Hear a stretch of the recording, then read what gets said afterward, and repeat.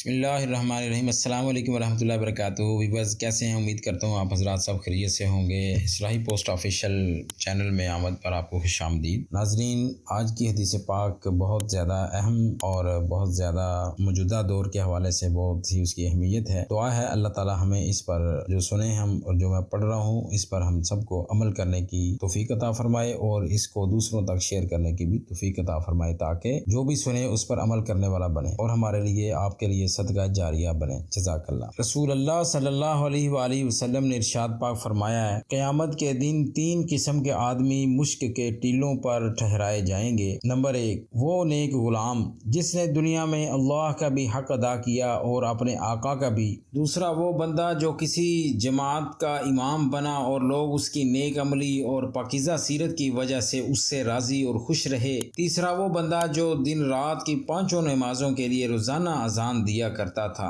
سنن الترمذی۔ دعا ہے اللہ تعالی ہمیں اس حدیث پاک پر عمل کرنے کی توفیق عطا فرمائے، اور جو کچھ اس حدیث پاک میں بتایا گیا ہے، ارشادات حضور پاک علیہ السلام کی طرف سے آئے ہیں، ان کو سچے دل سے اس پر ایمان لانے اور اس پر عمل کرنے کی توفیق عطا فرمائے۔ وآخر دعوانا ان الحمدللہ رب العالمین۔